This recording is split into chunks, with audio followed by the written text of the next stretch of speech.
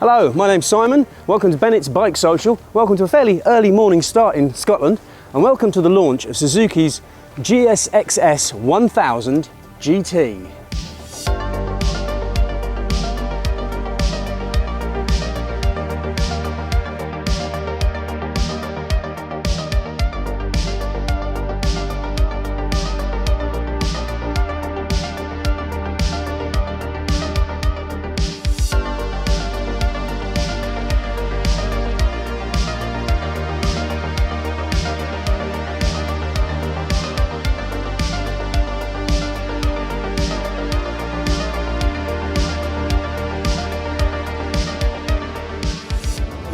Scotland's looking fine this morning. So here we are, first few miles, first couple of hundred miles actually, on Suzuki's new GSX-S1000 GT.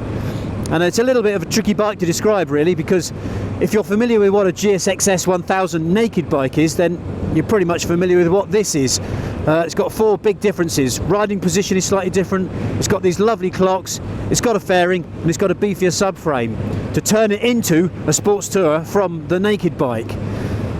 However, if you aren't familiar with the GSX-S1000, I'll just give a quick run through.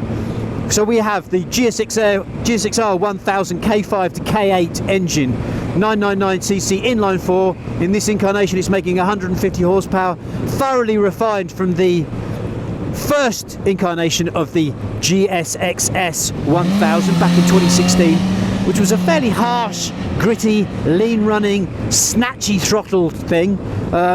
Euro 5 plus a lot of refinement from Suzuki over the years have made this engine absolutely peachy. It's so smooth, it's so controllable, throttle control is fantastic.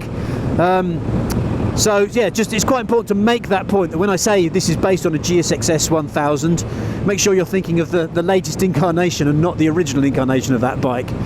We've also got the same frame, twin spar aluminium, we've got the same aluminium swing arm, we've got the same KYB fully adjustable upside down forks and the same KYB rear shock with preload and rebound adjustment. We've got the same Brembo monoblock calipers, we've got the same wheels.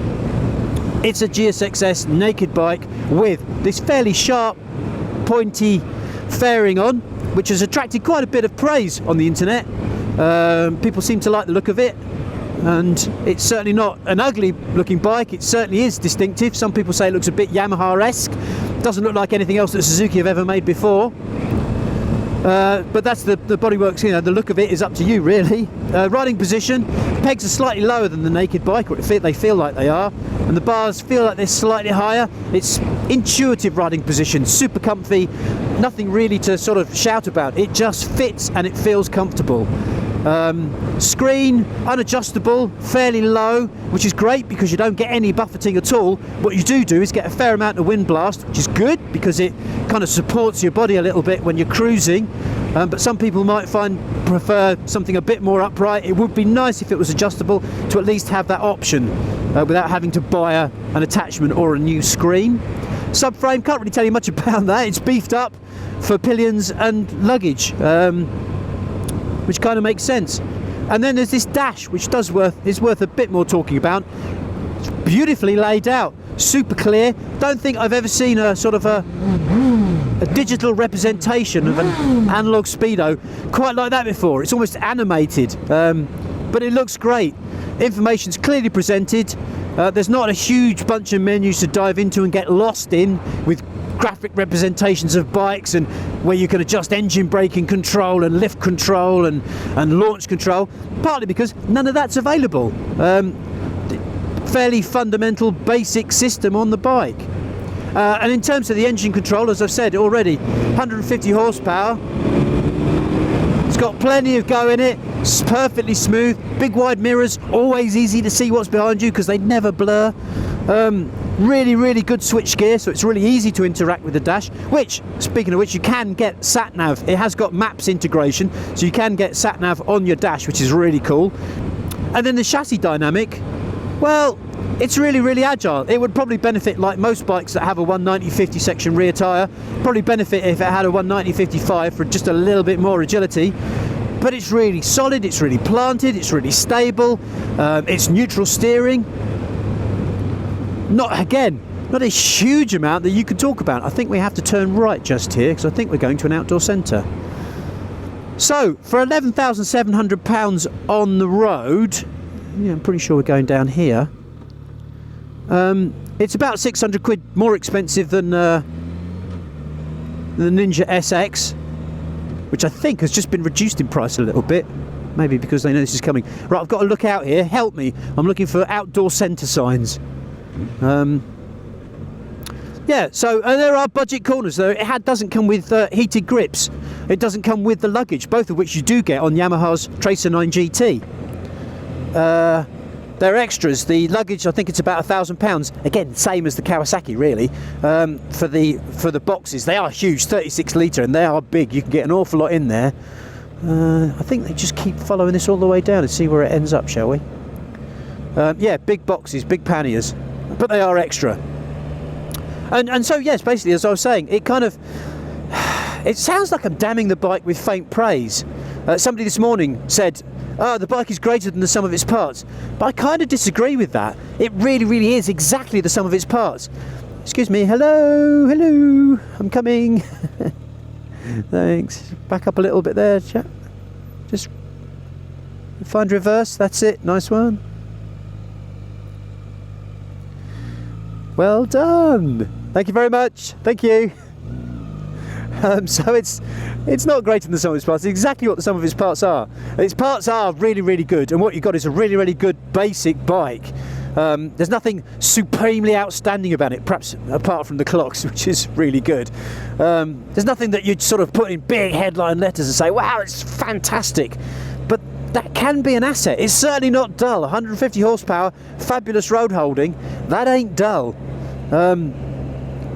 It's really good. I mean, as a package, I think I prefer it to the SX. The engine feels a little bit more connected to me. It hasn't got that sort of elasticity that sometimes I feel with the Ninja. It's a really free-revving, potent little unit. I mean, the GSX-R motor, you know, is it that the best engine that Suzuki have ever built? I think you'd make a good case for saying it is. So it's certainly one of the longest lasting. So there we go. So that's kind of a really quick overview of the bike. I'm going to do a few more miles on it. And come back to you with a slightly more concise verdict later on.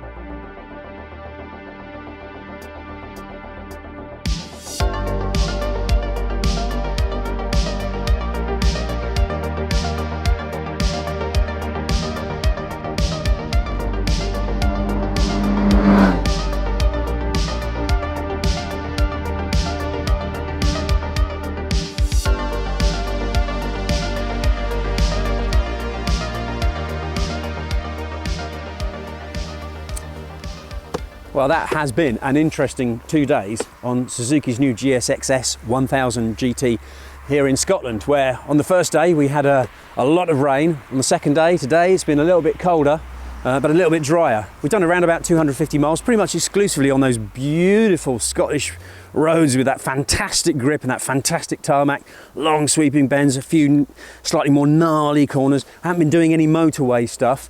Some of it's been fairly sedate, most of it's been a little bit less sedate.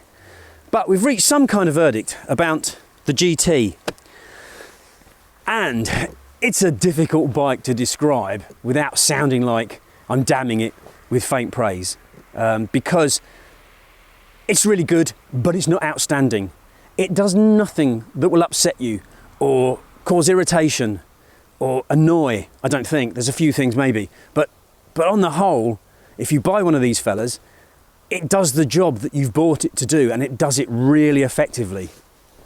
So let's just talk about the engine. That GSX-R motor is now beautifully refined. The first iteration of this in the GSX-S1000 in 2016 was quite harsh, it was quite raw, it was quite lean, it had a really snatchy throttle.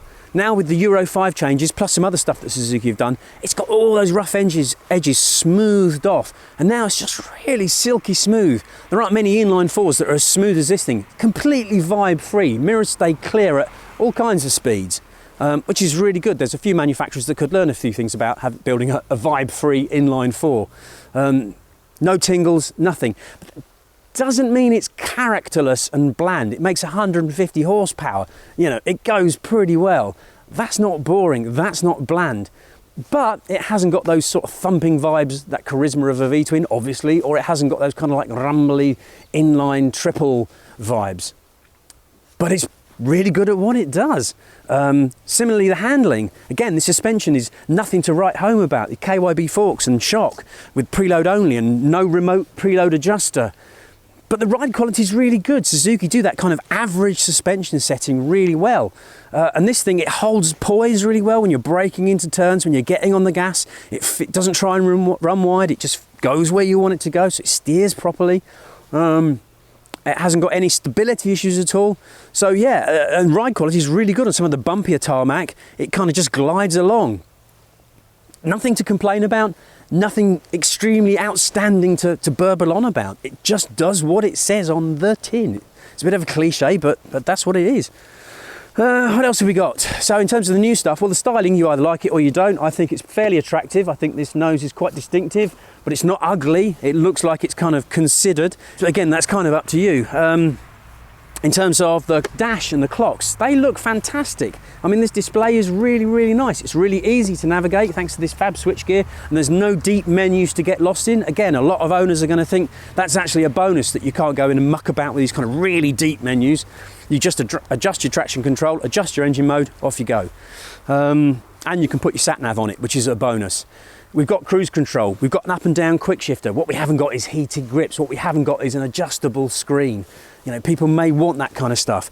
These panniers, 36 litres, they're massive. They are an optional extra, they're another £1,000, same as you get with the Ninja. But they do stick out a fair bit. Again, they're not so fared in as you get with, say, Tracer 9 GT. Again, that might be a problem. Lack of centre stand, is that a problem? Is that a deal breaker for you? Not so sure. What might be, Suzuki say they hope to attract a few adventure bike owners back into kind of this conventional road-based sports tourer. If you are used to a 200-mile tank range, you might be a little bit disappointed to only get 130 if you're using the engine, maybe 150 if you're not using the engine quite so much. It's not an enormous tank range from that 19-litre tank. Suzuki claim about 46 miles per gallon, I think, as an average. I'd seen as low as 34 as an average, and today, riding a bit more sedately, we were talking more about low 40s, but it's still 130, 140, 150 miles you're looking for somewhere to fill up. And what else have we got? Well, that's kind of about it. It's £11,700, which is a little bit more expensive than the Kawasaki, and a little bit cheaper than the kind of the better spec'd Tracer 9 GT. So it's kind of in the right ballpark. I mean, I suppose the biggest question is why did it take Suzuki so long to do this? With the Z1000SX sort of selling for Kawasaki since 2011, it seems to have taken them an awful long time. I know there was the GSX-S1000F, which was that kind of slightly strangely adapted naked bike thing with this low slung kind of weird fairing, which wasn't a sports tourer. This is very definitely a sports tourer. In fact, 2022 is going to be the year of the sports tourer, I think, what with the Z1000SX and the Tracer 9 GT. Now we've got the Suzuki GSX-S1000GT, and then there's the Honda NT1100 coming up with the Africa Twin powered sports tourer. So yeah, anyway, you can read more, a slightly more comprehensive and thoughtful review on www.bikesocial.co.uk, and thank you very much for watching.